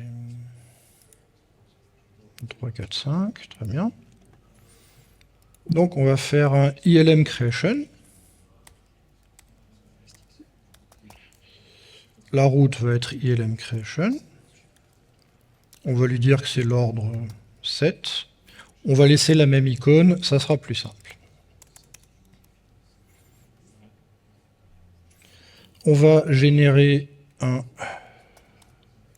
constructeur ici. Au passage, petite précision sur Vaadin, Vaadin n'est pas vraiment du Spring Boot, donc il ne va pas faire de l'auto-wiring. Par contre, il va se débrouiller un petit peu derrière. Ça, il suffit de passer le service dont on a besoin au constructeur de la vue. Donc là, si je regarde dans les clients, pas dans les clients, dans les services que j'ai, celui dont je vais avoir besoin, ça va être ILM Creation. Donc là, il faut que je lui dise ILM Creation, très bien. On va final. Voilà, et donc on va l'instancier ici. C'est un this. Voilà. Très bien. On a un embryon de page qui est là. Là, si je retourne dans mon navigateur, ici, alors il lui faut un petit moment pour relancer. Ah oui, je n'ai pas rajouté dans le main layout. Donc dans le ici, il va falloir rajouter. Donc, on va l'appeler ILM Creation. On va laisser l'icône. Et ça va être la classe ILM Creation qui est là. Pourquoi il ne me le prend pas? Ah non, c'est dans le... Il ne devrait pas y avoir 2,191. Ah non, pardon. Non, non, non, elle s'appelle bien ILM Creation. Par contre, c'est que j'ai oublié de... Non, elle n'étend pas le bon type. Extends Vertical Layout. Voilà. Ça devrait aller mieux, non? Qu'est-ce qui ne va pas? Elle s'appelle pas... Ah non, pardon, oui, c'est un service. J'ai mis le service. ILMView. .class. C'est ça. Voilà. Donc si on revient ici, maintenant, on devrait voir notre écran vide. Il faut le temps de s'actualiser. Maintenant, on a notre ILM Creation qui est là, qui est vide. On est prêt à commencer à travailler. OK. Donc, si on reprend notre écran de création d'ILM ici, qu'est-ce qu'on va créer? On va y aller simple, on va dire, OK, je vais créer un ILM où tout ce que j'ai, c'est une hot phase. Pas de warm, pas de cold. Je vais avoir une hot phase, une delete phase. Et avec, on va changer les settings de rollover. Donc, première chose dont on va avoir besoin, ça va être un champ texte qui va être non pas de champ, qui va pas s'appeler name, mais qui va être ILM name. Très bien. Ensuite, on va rajouter un integer field où on va stocker le rollover. Par exemple. On va leur rajouter des labels à ces gens-là. Et lui, il va s'appeler rollover. On va rajouter un deuxième champ qui va être la durée avant d'arriver en delete phase. Integer field, delete duration. Et on peut s'arrêter là. On peut se dire là, on ne va pas donner plus d'éléments que ça à notre utilisateur, on va juste lui permettre de faire ce genre d'opération-là. Le reste ne sera pas à sa main. Donc on va vraiment faire une création basique de notre ILM. Donc il va falloir rajouter un bouton qui ne sera pas delete, mais qui sera ILM. Évidemment, il n'a pas fait l'import.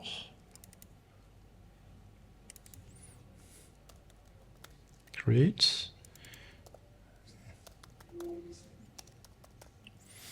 OK. Donc, la magie de Vaadin, c'est ça. C'est que maintenant, je lui dis simplement un add ILM name. Il s'appelle rollover duration. Delete duration, create. Et là, maintenant, sous vos yeux ébahis, quand il va recharger l'écran, on va voir apparaître les champs. Si tout se passe bien. Magique. C'est pour ça que j'aime Vaadin. On fait une IHM en 3 minutes. Et ça, c'est intéressant. OK. Là, j'ai le squelette de mon appli. Maintenant, je vais commencer à lui donner des actions. Donc, on va faire un... On peut faire une... on peut faire un setup layout, par exemple. Où on va faire quelques réglages. Et avant, ici, on va appeler le setup layout. Dans le setup layout, on va pouvoir faire, par exemple, lui dire que rollover duration, on peut faire un set max, et je veux pas que ça dépasse, combien on peut dire pour quelqu'un, allez, je veux pas qu'il me fasse un rollover à plus de 20 jours, mais je veux pas non plus qu'il me fasse à moins de 10 jours. Ensuite, on va lui rajouter un step de 1. Et on va lui rajouter le... où est-ce que c'est c'est un set... juste les petits boutons plus et moins... je sais plus... Je sais plus où ils sont planqués, ceux-là. Bref, bon, tant pis, on va pas les mettre. On va pas perdre du temps là-dessus, ça serait dommage. Donc on peut faire ça pour le rollover, on peut faire potentiellement la même chose pour la delete phase. Donc on va reprendre notre delete duration. Et la delete phase, bah, ça sera, on va éviter les erreurs de saisie. Il y a un contrôleur dans Kibana, mais sur l'API, on va éviter que l'API nous renvoie quelque chose. C'est-à-dire, on pourrait lui dire, si on avait plusieurs phases, eh ben, mon minimum pour la delete duration, ça serait forcément après la warm phase. Il faut toujours qu'elle soit au-dessus de ce truc-là. Donc là, on va lui mettre un max à 45 jours, mais un minimum à 30 jours. On a nos éléments qui sont prêts. Et il nous reste à rajouter notre bouton qui s'appelle Create. Et on va lui ajouter une action, un Add Click Listener, sur un event. Et on va créer une méthode qui va s'appeler Create ILM tout bêtement. On va laisser IntelliJ gérer et il va créer notre méthode. Là, c'est ce qui est appelé quand on crée notre bouton. Maintenant, j'ai mon service de création d'ILM. Si on regarde dans ce qui existe actuellement, je vais cloner cette méthode et l'adapter.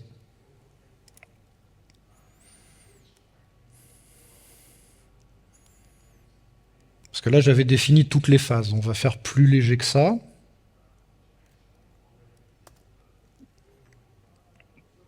On va appeler ça Create ILM Light. C'est une petite ILM légère. Qu'est-ce qu'on a en entrée? On a le nom de l'ILM. On va avoir le rollover duration, qui est de l'int. Et on a le delete, qui est en int également. OK.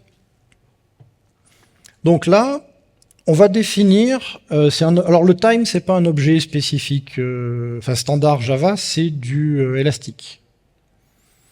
Donc on va définir une rollover duration à partir de ce qu'on a ici. Donc on met l'unité, c'est un petit peu artisanal à ce niveau-là, on met l'unité soit en jours, soit en années, soit en mois, soit en secondes.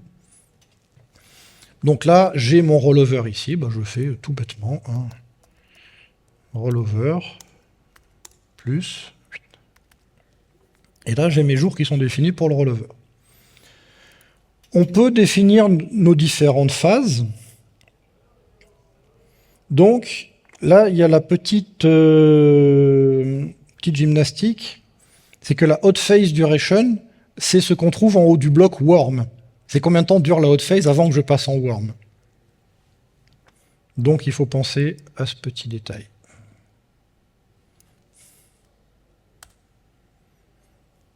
Donc là, on ne va pas quitter la hot phase, donc je ne définis pas une hot phase duration. Et j'ai une delete phase duration qui, pareil, va être sur le delete.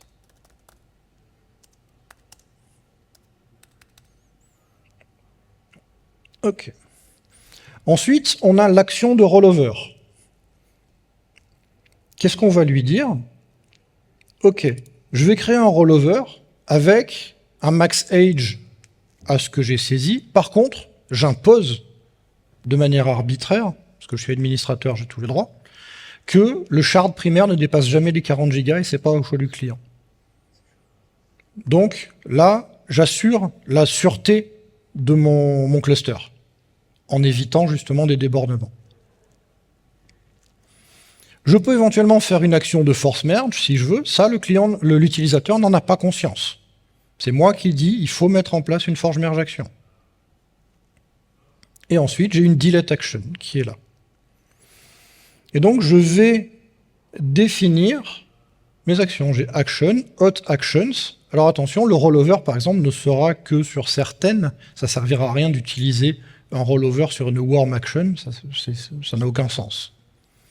Et donc, je définis de cette manière-là, toujours avec les lambdas, une action avec un rollover à ma rollover action qui a été définie plus haut, et ma force merge action qui a été définie plus haut. La warm action, on va la supprimer, puisqu'on a dit qu'on ne faisait pas de phase warm. La cold action, pareil. Et on a notre delete action qui a été définie d'après ce qui a été fait un petit peu plus haut. Ensuite, on va avoir nos différents éléments. Donc là, on va définir les phases en elles-mêmes. Donc c'est vraiment quelque chose de progressif dans la construction au niveau du code. Donc on définit notre hot phase avec les actions qu'on a définies précédemment. Le warm et le cold, on les supprime. Qu'est-ce qui ne va pas avec la phase delete? Oui, il y a déjà quelque chose qui s'appelle delete. Où est-ce qu'il est le delete précédent? Ah bah oui, il y a ce champ-là.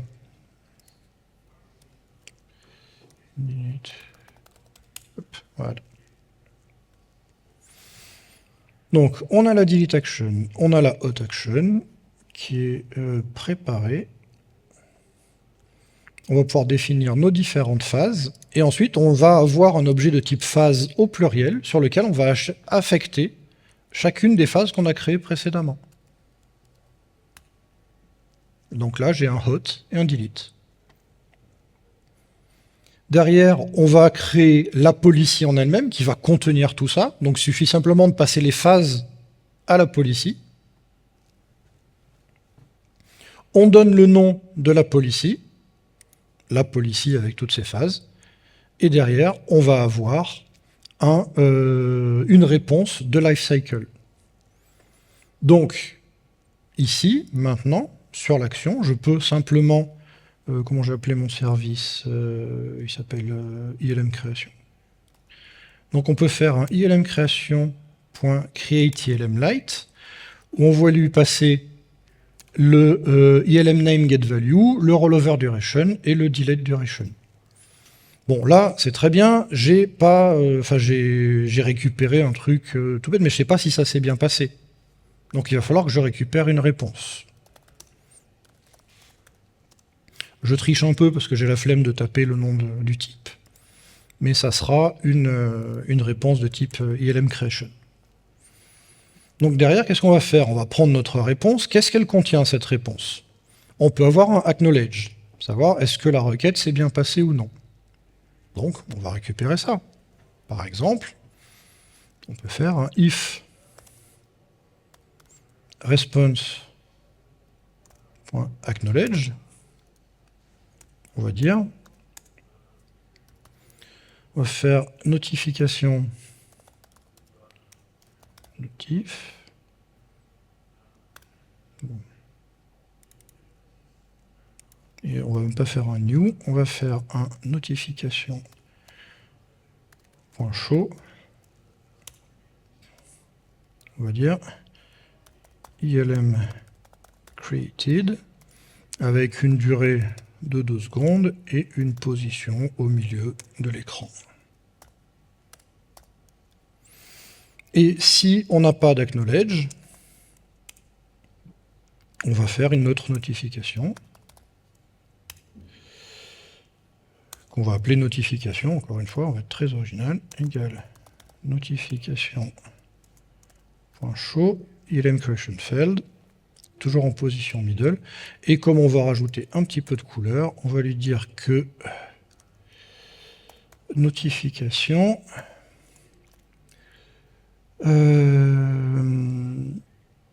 c'est je me rappelle plus sur le style, je vais rechercher dans mon code notification point est-ce que forcément ouais, c'est add theme variant.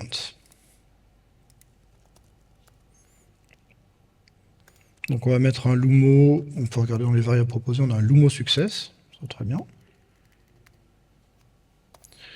Et ici, on va demander à notification d'avoir une tête d'erreur. Comme ça, ça sera un petit peu plus visible. Donc là, on est prêt à créer une ILM. On se lance? Ouais, oui, on y va. Donc on va le laisser se recharger. Ça qui est bien avec Vaadin, c'est qu'on a un hot reload qui est plutôt sympa. Donc on va l'appeler LuxILM. On va lui mettre un rollover à 4 jours et un delete à 40.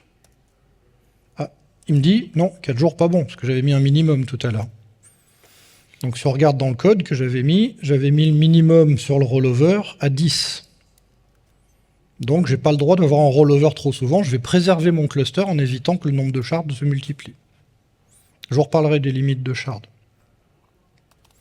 Allez, on le met à 11. Donc il y a une validation aussi qui est faite comme ça avec Vaadin, c'est sympa. Allez, on le tente. Oh, ILM created. On va les vérifier.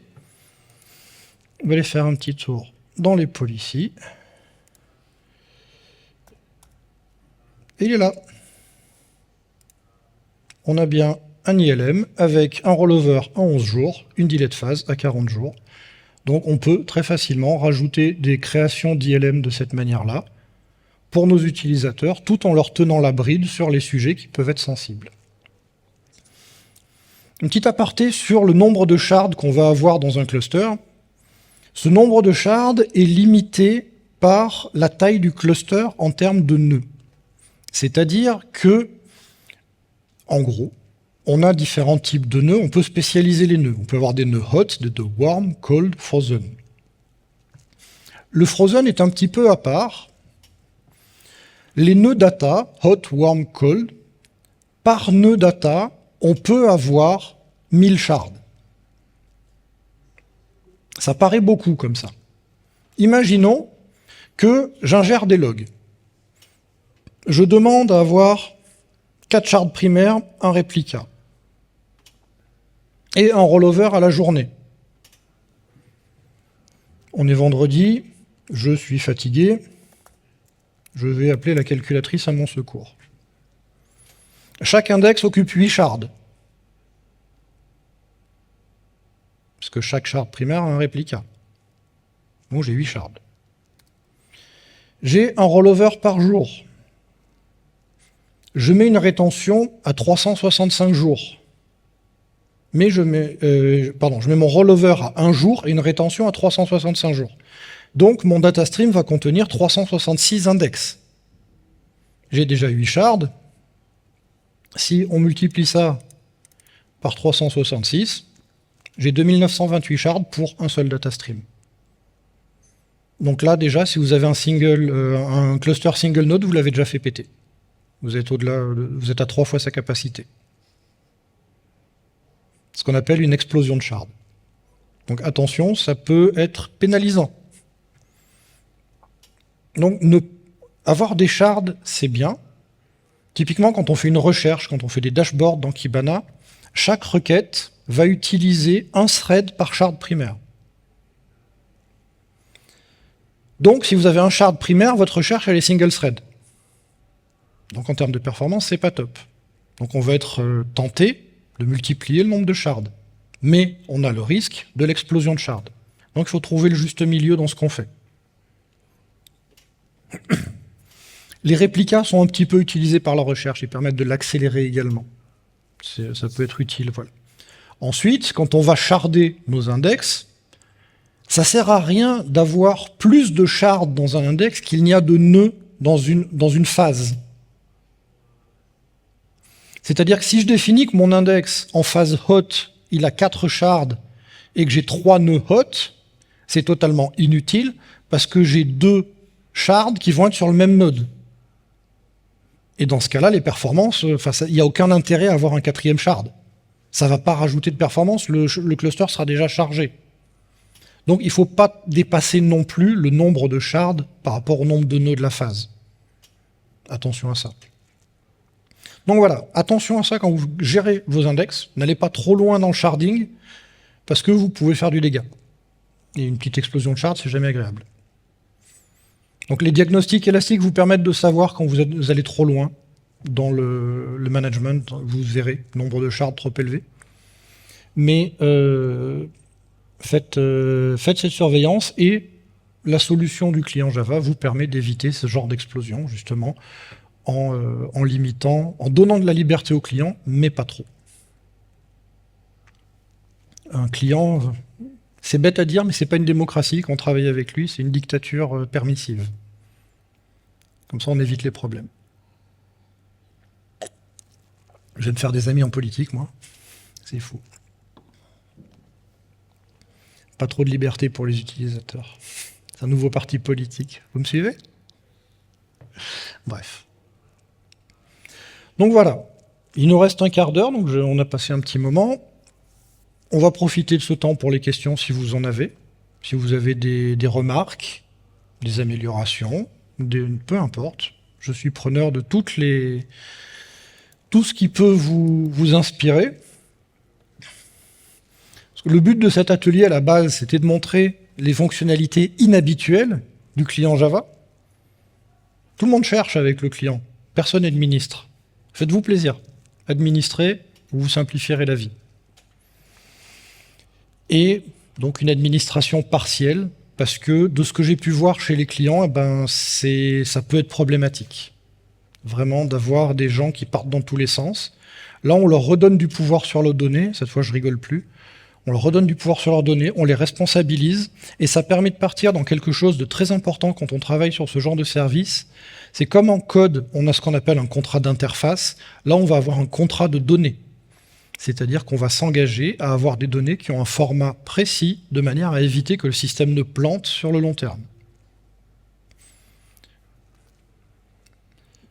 Donc je vous remercie. Vous avez le lien pour le repo GitLab si vous voulez aller jeter un coup d'œil dans le code. Ce talk a souvent changé de nom. Il s'est appelé Elastic as a Service, Elastic as Code, donc c'est pour ça que le repo s'appelle Elastic as Service, vous inquiétez pas, c'est bien ça. Donc je vous invite à... Je mettrai sur LinkedIn, je mettrai le lien pour récupérer les slides, vous pourrez les voir. Je ne sais pas si Voxday propose un endroit où les télécharger, mais je mettrai. Vous aurez toutes les informations, vous avez toute la documentation sur le client qui est très fournie, toute la documentation de l'API. Avec ça, vous pouvez tout faire. Donc vous avez vraiment un contrôle total sur votre cluster, mais d'une manière un peu plus fine. Donc faites-vous plaisir. S'il y a des questions, allez-y. Et voilà, je vous remercie d'avoir tenu tout ce temps-là.